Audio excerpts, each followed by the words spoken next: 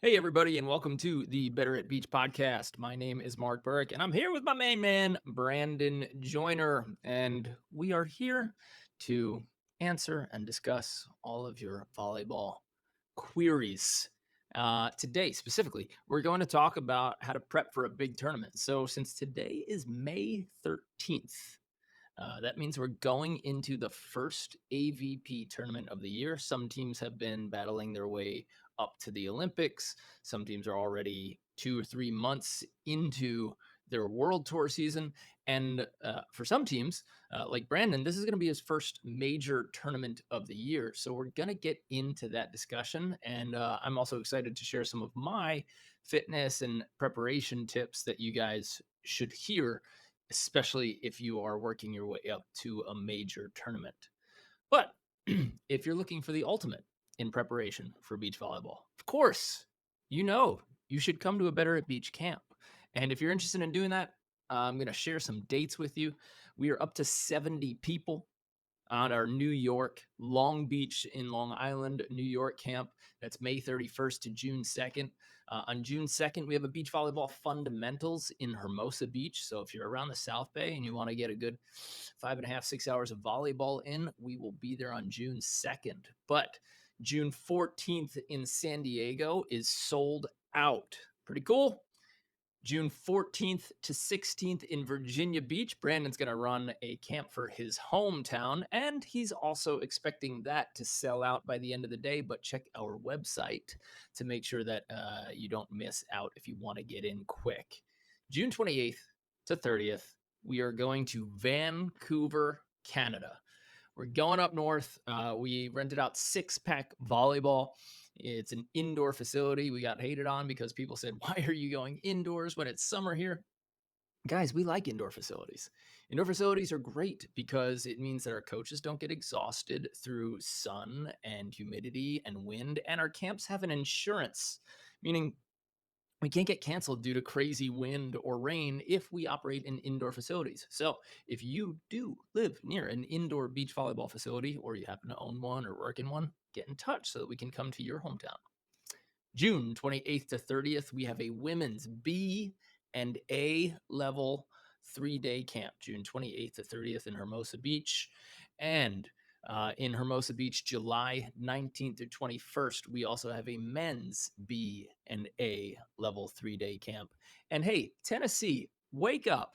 We've got, I think, 3 people so far signed up for that camp, but we are coming to Chattanooga, Tennessee, July 19th through 21st. And I want to see you guys out there. Bend, Oregon, we're coming up July 26th to 28th. That is the prep for the Seaside tournament. We will be there 2 weeks ahead of the Seaside tournament. So it's a perfect prep. And we just added August 23rd to 25th, Huntsville, Alabama. And of course, Cedar Sandbar, White Sands, New Orleans in September, Miami in September. And for all of our alumni campers, we are going to the Punta Cana, Dominican Republic. So that means that if you have been to a Better at Beach camp, you are one of the only ones who will get the invite to come to an exclusive camp at an all inclusive resort with us in Punta Cana, Dominican Republic. That's happening in November. So if you're on our email list, you will get that information. And if you haven't been to a camp yet, you better attend one quick so that you can come to our all inclusive event with us. Man, we just keep packing on the events, Brandon. It's pretty nice. I mean, they're coming out of my phone, but yeah. Mhm.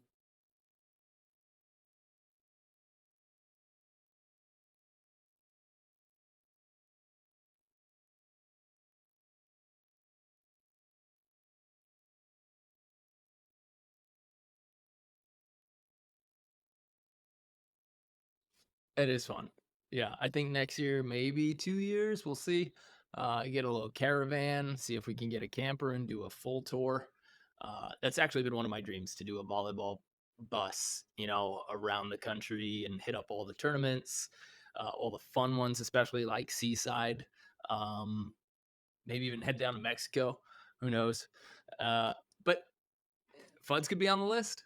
What other tournaments would you go to that you haven't gone to yet?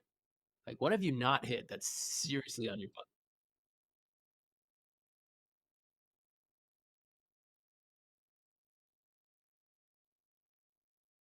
Yep, yep. Me and Jeff Samuels took second to the Basie brothers there.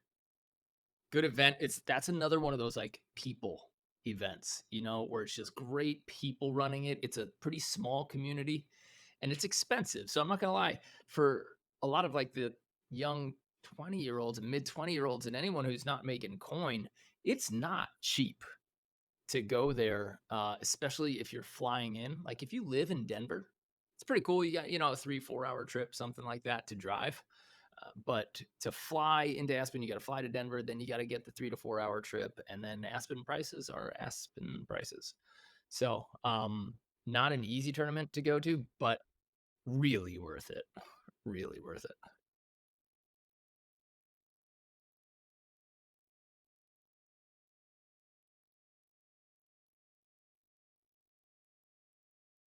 Let's go.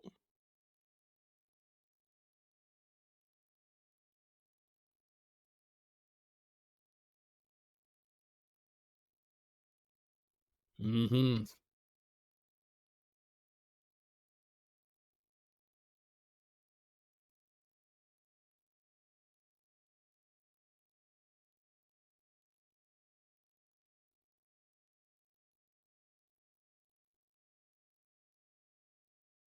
Oh yeah. Um, Yep. If you wanna hear a little bit more about that, guys, check out I think it's episode maybe number 97 with Adam Roberts, and he's got some good stories about, 2 generations of pro players just living at his house back when everyone was like scumbags and so nice.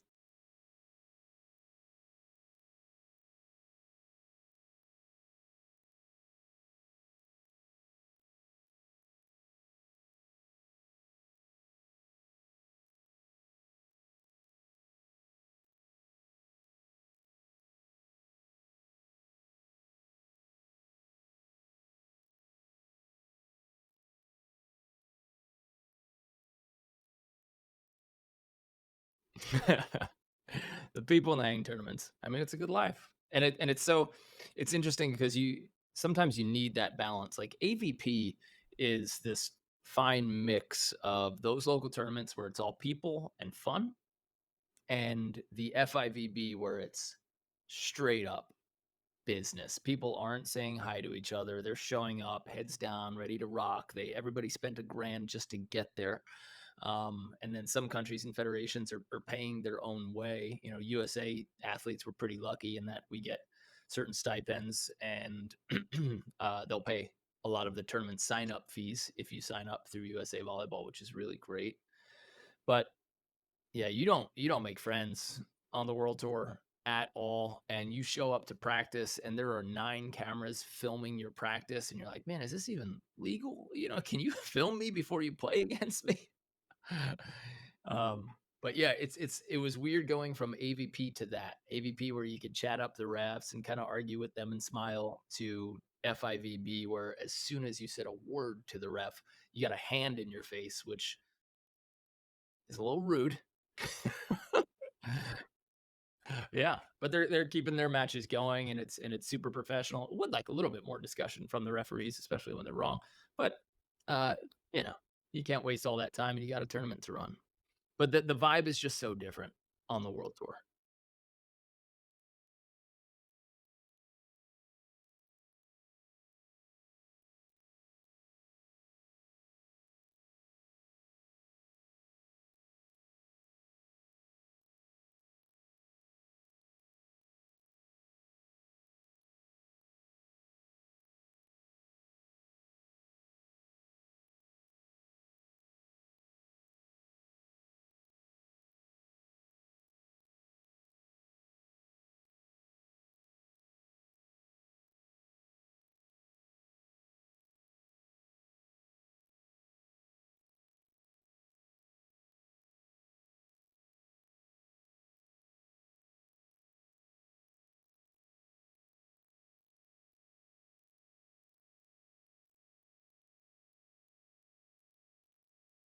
Mhm.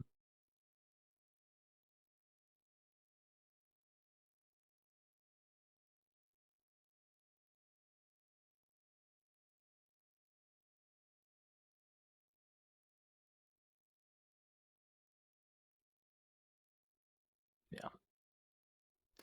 What's interesting about the fun events or like amateur events, CBVAs, Dig the Beach in Florida, TVAs, I think that they prepare you better for AVPs in some ways than actual AVPs because to win an amateur event, you need a certain level of stamina that is not required at most AVP events because AVP you're playing anywhere from 1 to 3. I think there is a certain pathway where you might get suckered into playing 4 matches in one day and you're, pretty fried because that can be 8 or 12 sets of volleyball. But if you're playing pool play, long days, you don't really know when your next match is coming, how long everything's going to take, and then you've got to work your way through pool play, all rounds of playoffs, and then finish at sundown. You build up a strength and a tolerance so that an AVP kind of feels, I'm not going to say an AVP feels easier to win, but definitely easier to last because you've been through that length of tournament.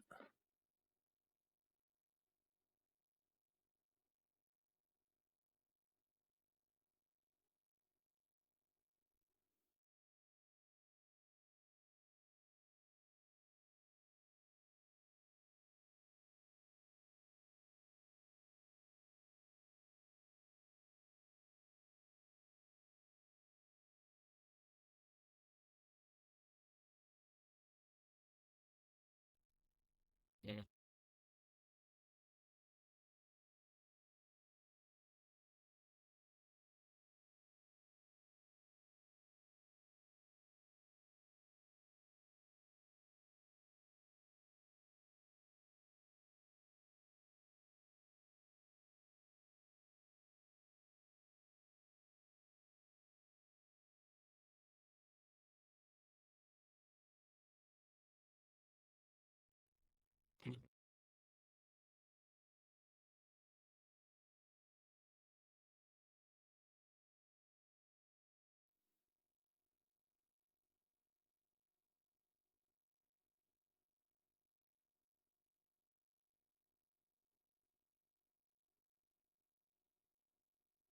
Right.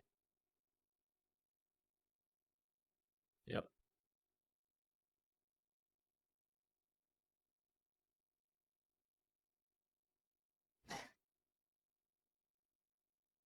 It's funny those personas, like I looking back and then when I need to play or I need to make myself like interested to compete again, I I realize now fully that in order to play well and fiery and come out, I needed anger. I used anger as fuel and I that was my persona without knowing it. It wasn't like out of control. Some people thought I was out of control, but I was actively displaying it. And then when I went back to the service line saying, I'm going to destroy this person with a serve, like I might take their head off. Those are my big serves. That was when it was coming. It was sort of when I calmed down. If I could mix the level of calm that I had late with the kind of passionate, almost anger that I had early on, that's a great mix for me to have. So long as you can control your decisions. Like if you let your emotions and your passion change the way you decide or change the way that you plan, then it's a problem. Like some people they'll get angry and they lose all ability to make decisions rationally or think about the next point. All they focus on is the anger. It's like it needs to be directed. Emotions need to be directed, and if they give you energy, use them. If you want to be angry, if you want to pick a fight like Michael Jordan, use it. If you just want to be great and awesome like Wayne Gretzky without ever needing to pick a fight in your whole life and you let your defenders get into all the fist fights, like do that too. But it's okay to find yourself in a different persona.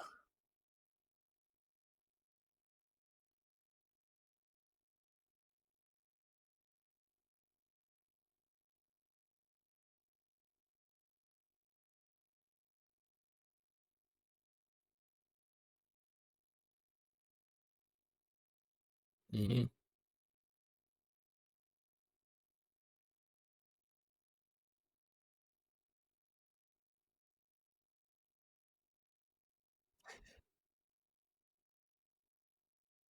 They got wax in their ears and stone face. Yeah. We are so we're going now. It's Monday, so you're going to be playing on Thursday, and then I might head there, and then I'm ending up coaching Logan and Hagen again this year. At least I'll be in their box. I've worked with them for a few practices. Like I guess it's only been 10, maybe 15 practices at that. But what we did this week is the boring work, and I had to send them a text to say, hey, this is the boring work that has to be done. And it's something that I really wish I did more of. And we statted 9 of their games. So I was like, hey, these are the only stats that I care about. This is what we're looking for. And they're stats designed to answer a specific question. I think a lot of people, when they get involved in starting like looking at their game statistically, they take all of them and they try to come up with answers once they have this pile of stats for defense, for serving, or to try to see what they do. Like everything we do in training um, and with our company, if you don't focus on a specific question or if you don't focus on a specific problem and try to get an answer and a problem solved through that, you're going to get lost and it's not directed. So our question this week, and I designed a little spreadsheet to be able to do it, and our complete player members, our online members, they get access to it. Our coaching members in the coach academy, they get access to it. But it's a very simple spreadsheet that it measures all of your attacks for you and your partner, and it just uses some code, and it says, all right, was it a serve receive or a transition? Did you hit from the right, the middle, or the left side of the court? What type of shot did you hit? And was it a kill, a continuation ball, a block, or an error? And so there's a few questions that we can answer there just because it's in a spreadsheet. We can look at every attack we have from the left side versus the middle.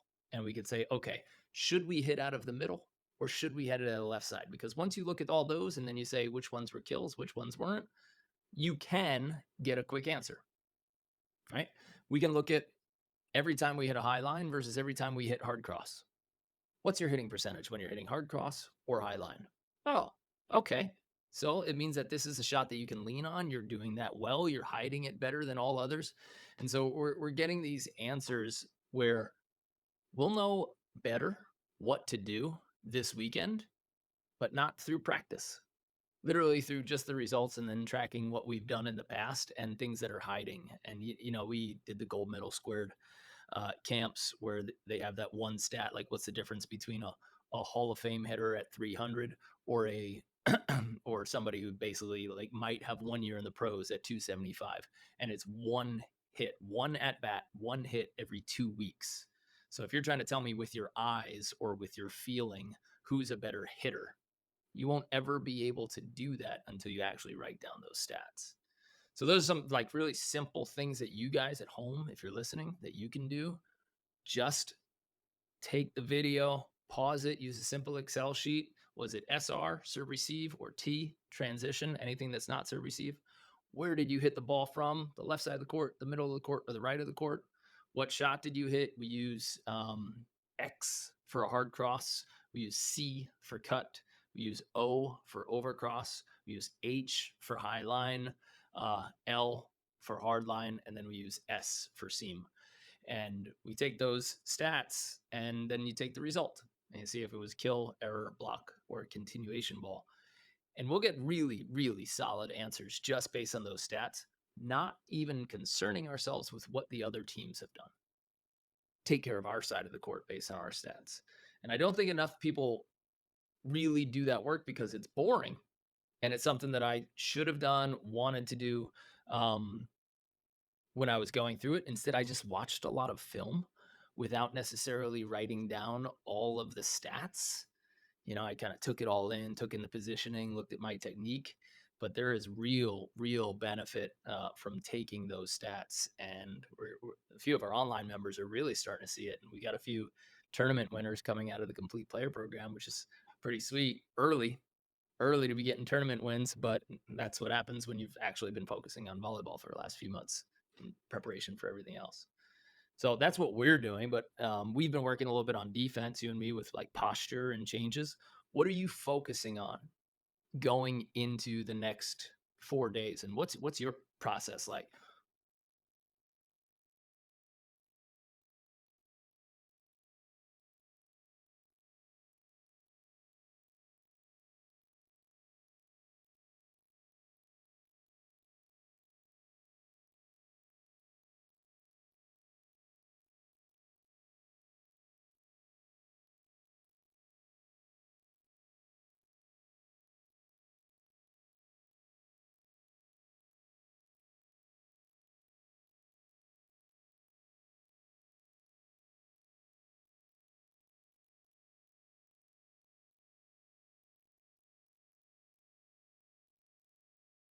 Cool. So we've got a tournament day, we've got competition day Thursday, we have 1 day off, 2 days off, 2 full days off from lifting.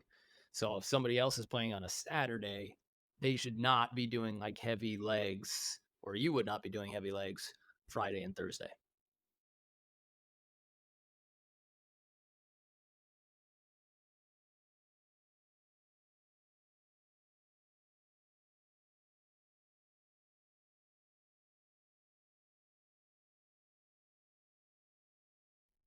Yeah.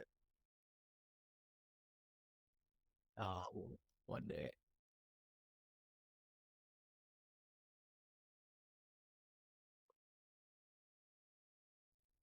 Mm.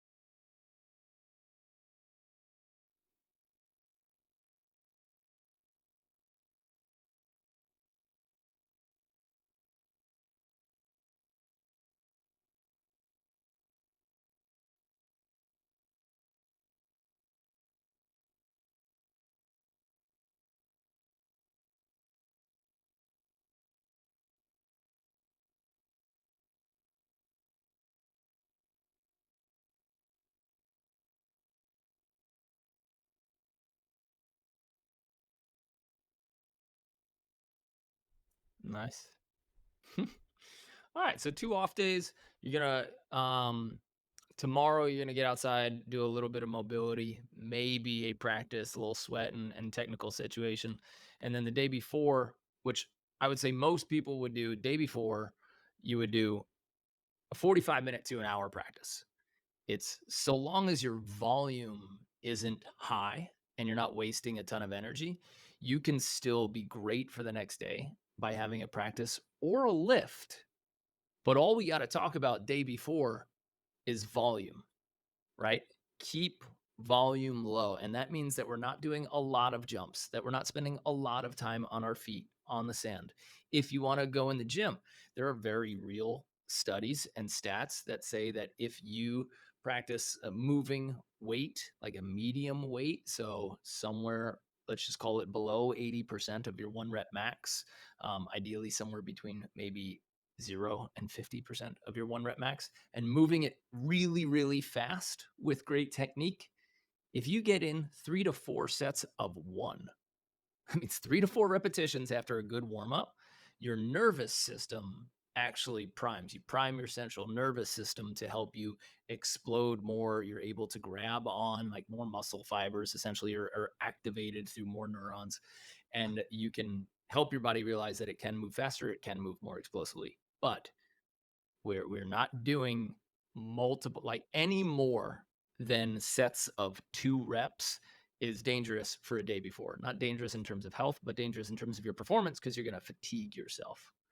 So don't go high reps. Don't be the college boy who wants to get swole and like get workouts in at all costs the day before.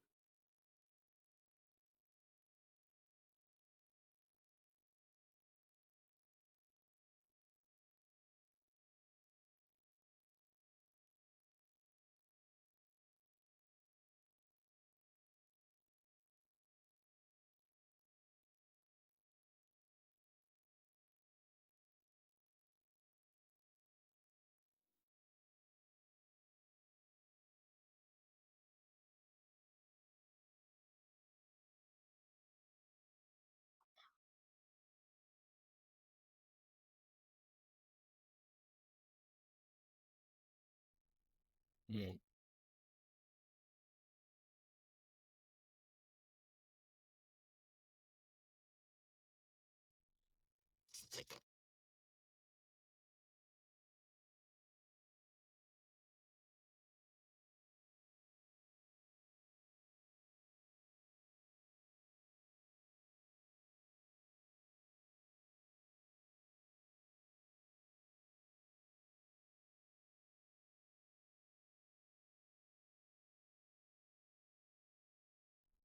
Mm.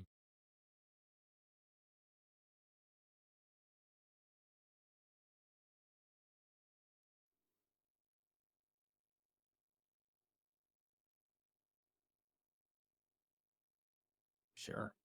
Yeah, and you and Tyler, you've had that conversation, you've had the experience at the highest level, but for those who haven't, for those who are new to this game or kind of just getting into it and trying to understand what those important conversations are, what questions should I ask? Brandon's going to be telling Tyler like exactly what height he needs his set at, and then they're going to try it out. Brandon's going to feel the speed of Tyler's hands, and he's going to understand like in what positions and what situations you need a certain ball. For most of us, this takes a lot of experimentation, but I'm going to give you an easy tool, guys, to start answering some questions. And they might be difficult at first. So long as you write an answer and you start attempting it, like we said at the beginning of the podcast, if you move in one direction because you're trying to solve a specific question or you're trying to answer a specific question, it's going to be to your advantage. But if you just try to answer every single question and every single situation, it won't work. So if you're watching, you can see that we're screen sharing here and we've got betteratbeach.com/free tools. If you're watching right now, go ahead and type that into your browser. If you're listening on your podcast, just type it anywhere on your phone, unless you're driving, just remember it. But betterbeach.com/free tools. And one of the things that they're going to be talking about, okay, uh, be a better partner is a really good one. In other words, what do you need to hear? What do I need to say to make you feel good? How do you like to warm up? You can turn somebody off just at the start of a match by warming them up. Some people like to hear coaching during the match. Some people that will completely shut that off. So there are very specific questions that you should be asking just based on, hey, what do you want to hear? How do you want to feel? And how can I help that during a match? But then there's also build a better offense. So build and understand your offense. And yeah.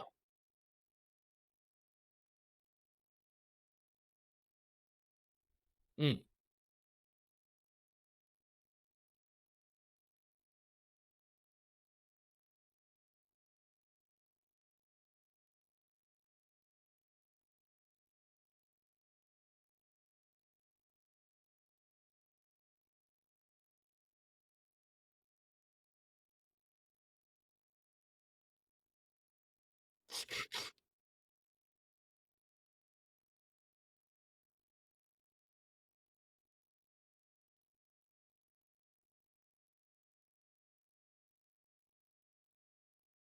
Mm.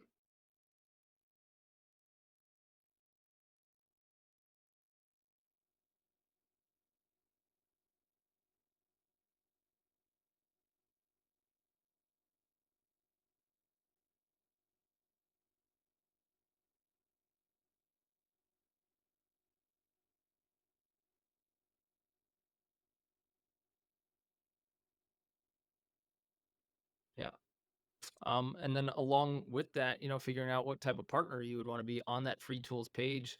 We've got a few other tools, but one of them is just build a better offense, which means that you have to know what swing you want to take. If we talk about NFL, football, or NBA, they have set plays that are designed to end up in a certain place with the ball in a certain person's hands at a certain point in the court, right? And that's how we score. Volleyball is no different. Indoor volleyball is very similar, right? We have to, as the setter, we have to run our middle to a certain location so that it might open up one of our pin hitters, right? But beach volleyball, when there's two of us, we've got actually less decisions to make. We just have to know where we want to hit from and what shots we're good at, what swings we're good at from that location. And then just keep that on repeat for as long as we can until you need some sort of switch. But this free tool here, it's an assessment. In other words, it runs you through a bunch of questions. It will help you understand your offense a little bit better. And if you give it to your partner, and then you guys just, it won't really do anything if you guys write it and you don't discuss it. It'll frame your mind, but without communication, it doesn't mean anything. So then share, compare, contrast, and understand, okay, you want this type of set. Like when me and Brandon were playing, he really liked this lofty, not a high one, but a loft, almost a shoot set outside to the pin. And it really established two of his shots really well. So I had to set him differently than I would set, a Logan Weber or Kurt Topple. Um, it's a very different situation, but we found out that he was really great in these situations. So that's the one that we're going to set up. We don't just offensively, we don't just take what the other team gives us and, oh, well, that's where we end up. So that's where we, have to swing from. That's a really disappointing way because you're giving so much control to A, the other team, and B, happenstance. Like, oh, you just hit from wherever, it doesn't matter. No, you have to design things. You have to actively control it so that you're steering in a direction. Anyway, um, that'll help you out. And on that free tools page, there's a few other fun things that you can check out. But if you're going into a tournament with a new partner, like Brandon is this weekend, this is a really good thing. And of course, you can always opt in for our 36 most effective beach volleyball drills. You'll get a PDF in your email, my top 10 lessons for my 10 years on the AVP, and 3 complete workouts for volleyball players. Those all come from that free tools page. So really invite you guys there to check it out. A bunch of free tools and goodies for you that are used in real life at the highest levels. So invite you to use them as well. What do you think you and Tyler are going to do well?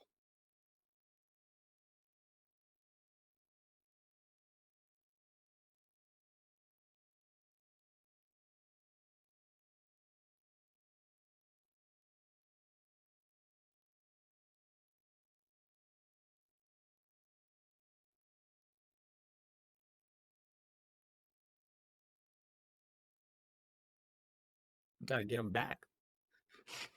We got to get him back. He's actually asked me a few times. He's like, "No, dude, I'm ready. I'm ready. You want me to run your social media? You want me to run a part of your business? You want me to coach?" He's like kind of down for everything.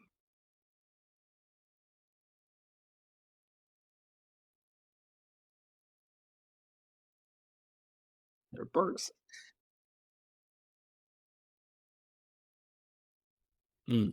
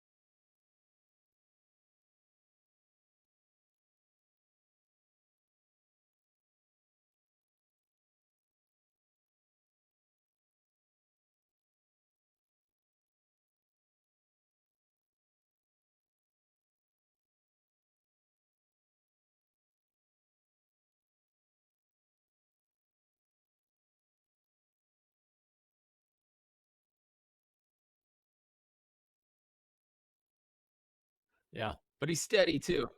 He's real steady.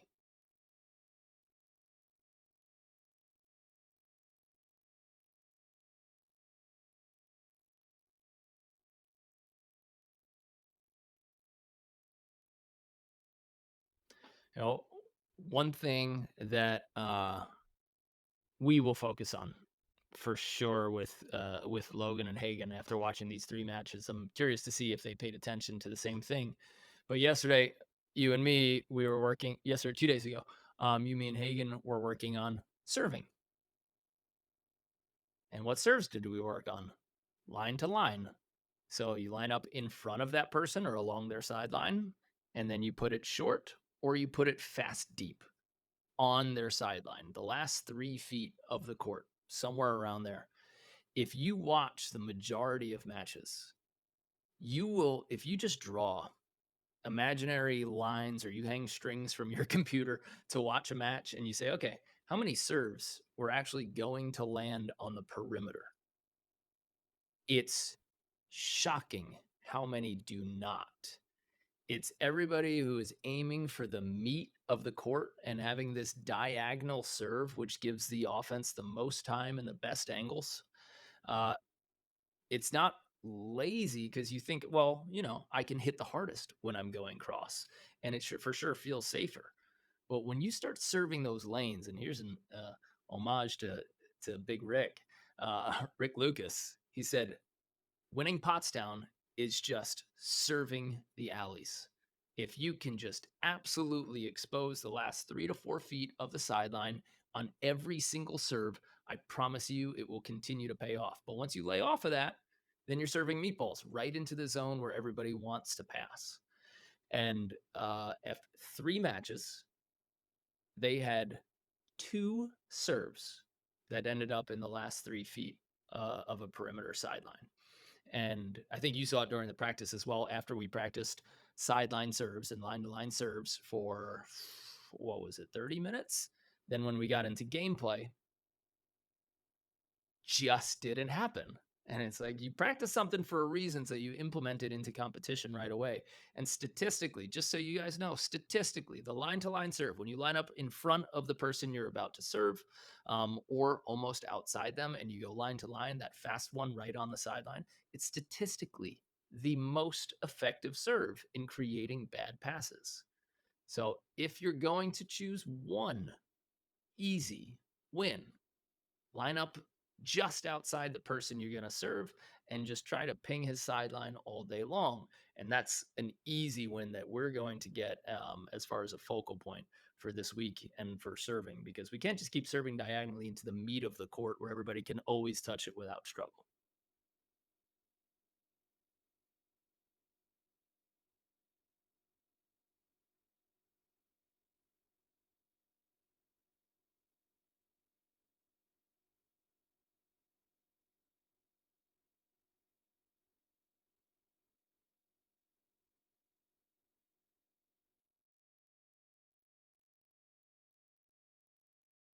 Yeah. Yeah, that's easy win is available there. If you just stay consistent, good things will happen. But if you consistently aim for the middle, you're veering off into some people's bodies. If you can make somebody take a knee or dive on a serve, oh man, you're starting ahead of the game for sure. What do you think about the posture work in terms of sprinting that we did today? Because there's something I saw in your film when I was watching it, and it was actually Hagen picked up on it really quick when you guys were talking. So, what do you think about like sprinting versus digging in terms of posture, and how are you going to bring that into the match?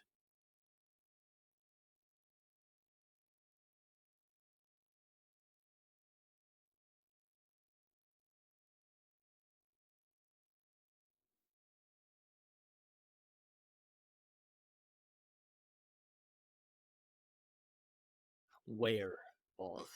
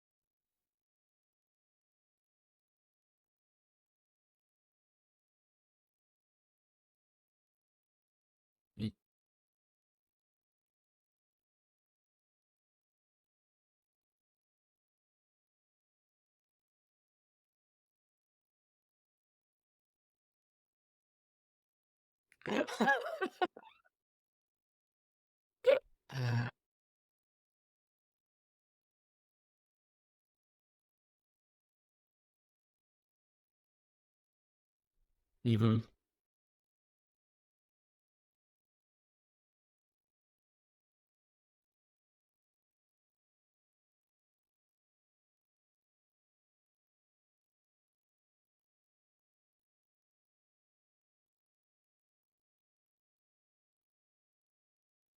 mm,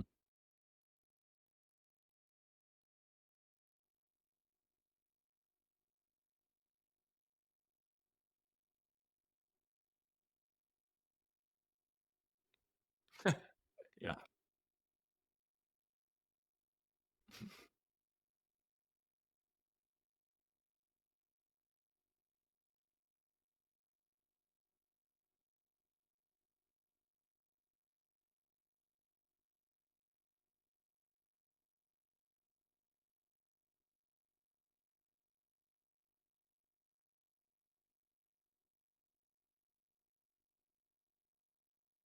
Yeah. For those of you guys who came from indoor who are listening, you're hearing what we're saying. I mean, you think at some point when you're playing indoor that if everybody just lied down on the court at the same time, would you get digs? Because you cover up enough area. So you end up not getting enough distance to get really quality digs, but you get close enough to the hitter, or you're so close to the hitter because you're forced to be there to move and transition that you don't have time to react. You really don't. You're picking a position where if the ball hits a body part, it's aimed upward, which means that your chest is a lot of times going to face up when you're down one of those sidelines. And if you do that, you're for sure not ready to sprint. And if you're kind of like I was, where you're a libero and you're playing defense all the time, you're almost comfortable being somewhere like 12 to 15 feet from the person that's hitting. And you think that that's the natural volleyball defense, but it's not.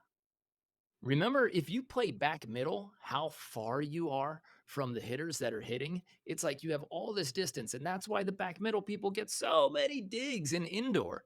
If you could have that type of distance when you're playing beach, that's when you're going to get quality digs instead of getting hit with them. It's just we have to, even when we're down that sideline, we can't feel like we do an indoor and get real close to them. We got to have that big, massive space and see if we can get as far from the hitter as possible so that we have time to react against the big ones.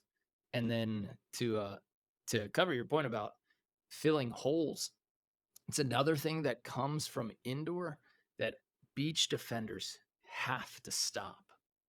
They're If you fill a hole or you attempt to like shift outside of your blocker at the last second because that's the hole that's available, you are going to become really easy to score on using shots because it'll mean you'll have this big movement outside in one direction trying to cover the open area for hard driven. And that makes it a cakewalk to shoot around you because you've opened a window for me.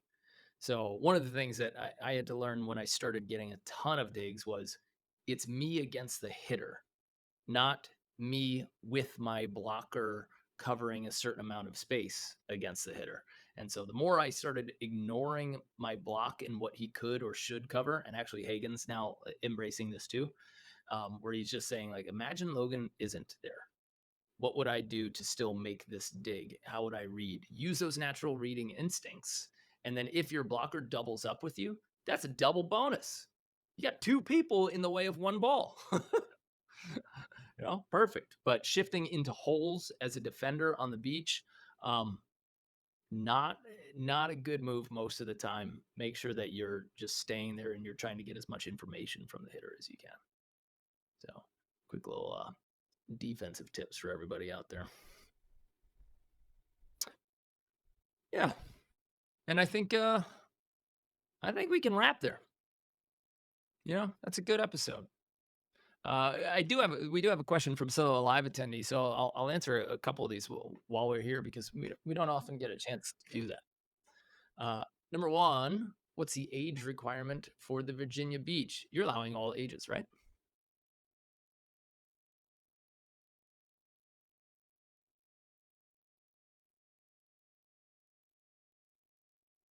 Hmm.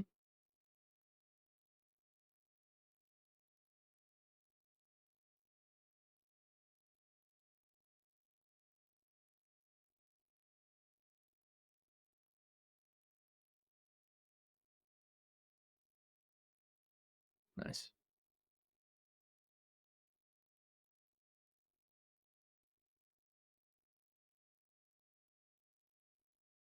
Great. Yeah, for the majority of our camps, guys, it's all ages, all levels, unless it's otherwise noted. If you're younger than 14 or you've got a junior and you want them to come to the camp, just know that right now a lot of our campers and players are adults. So can your 10, 11, 12-year old handle being around adults when they're playing? A lot of kids thrive in that environment. They're actually held to a higher standard because they have to be more mature. Some people, some kids don't dig it. They feel out of place, and that's fine. And that's where we say, hey, just invite a few other kids your age, and we'll give you your own court. And I had to answer that question again for somebody in Vancouver who's coming. She actually plays fifth nationally, but she'll be attending our camp in Vancouver. And I was like, well, if you want to bring some other kids, great. If you just want to work with the adults, more than fine. Um, One person says he's trying to get better at passing when the ball is nearing my platform. Should my eyes be on the ball or on the target?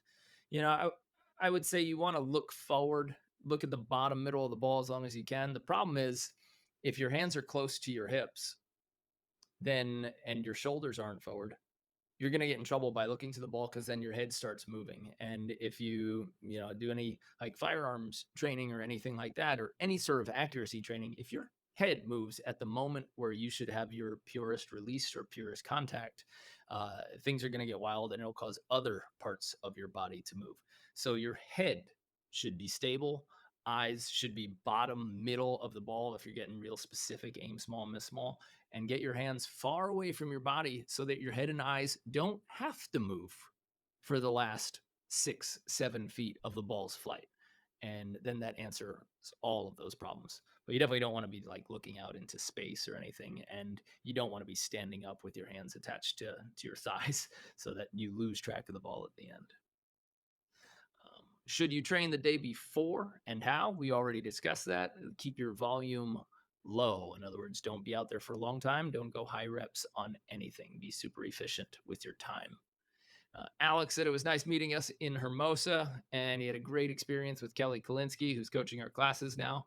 And he played some games with Dan. So, Alex, thanks for coming by. And for anybody else who's from Canada or any other cities, if you're coming into Hermosa, get in touch with us. We have classes and private lessons available every day.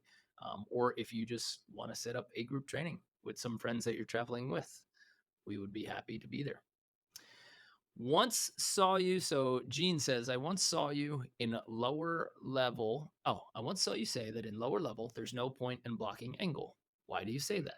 I feel like changing it up works as well.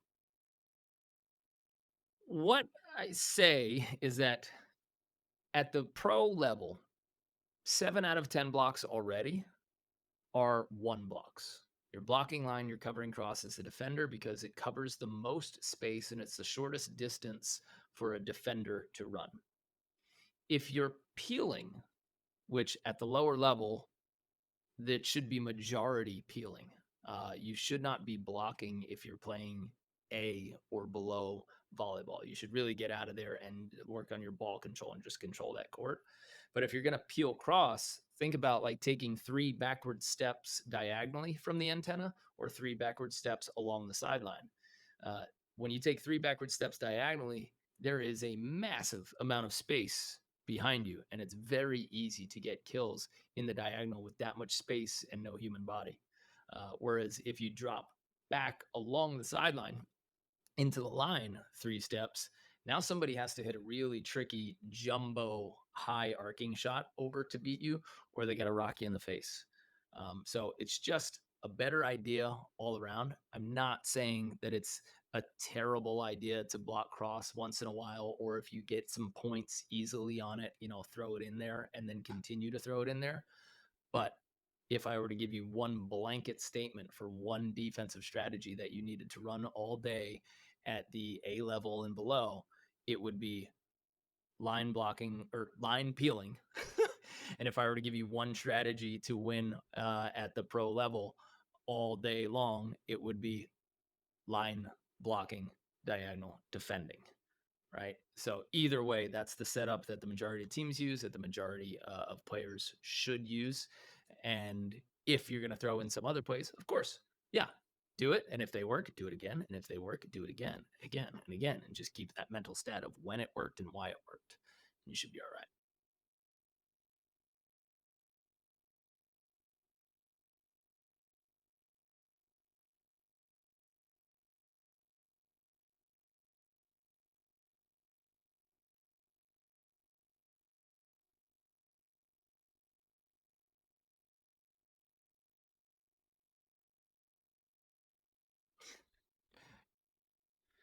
I love line block, diagonal defender, like obvious, not when they're flashing out of the middle and they're repositioning late and doing all this nonsense in the back of the court. Let the offense see you if they're even looking. But the line block with the diagonal defender, and then if they get a kill on the very next play, an obvious cross block with a diagonal defender. That simple test will tell you what they're looking at or if they're not looking at all. Right? But if you switch two variables, so if you then block, cross, and defend line, now you've switched two variables. So your experiment and your information collection is ruined. Right? Now you have to start a whole new experiment because you didn't change a single variable. And that's what experimentation is about, trying to eliminate as much of that information as possible so that we can get good information about what that attacker wants to do and what they're trying to do.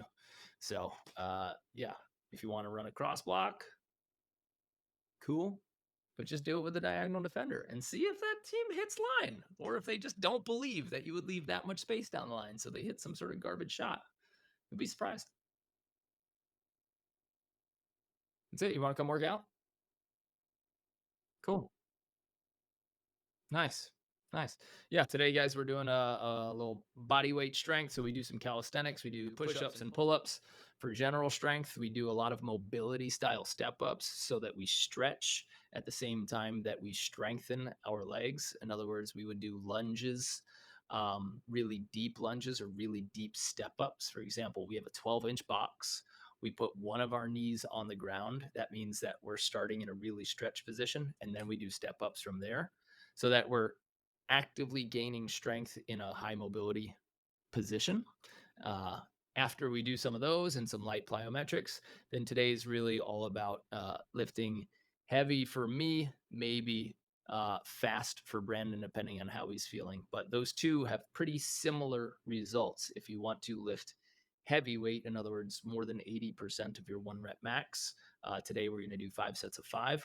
Or if you want to do something like 30 or 50% of your one rep max, and then just go as fast as you possibly can with great technique, you will get very similar results in terms of explosiveness. And there's two ways to train explosiveness. You can either get real strong or get real fast. But if you ignore both of them, you're going to be slow and strong. And that's not good for volleyball. Cool.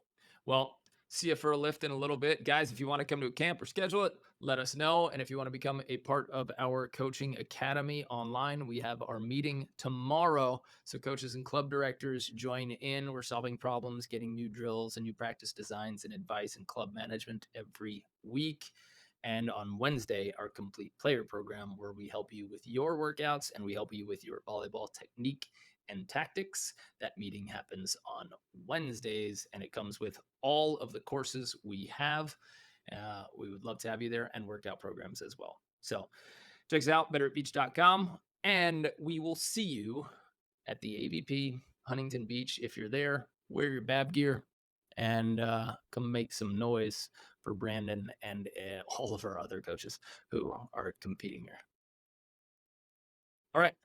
Have a great day, and we'll see you on the sand.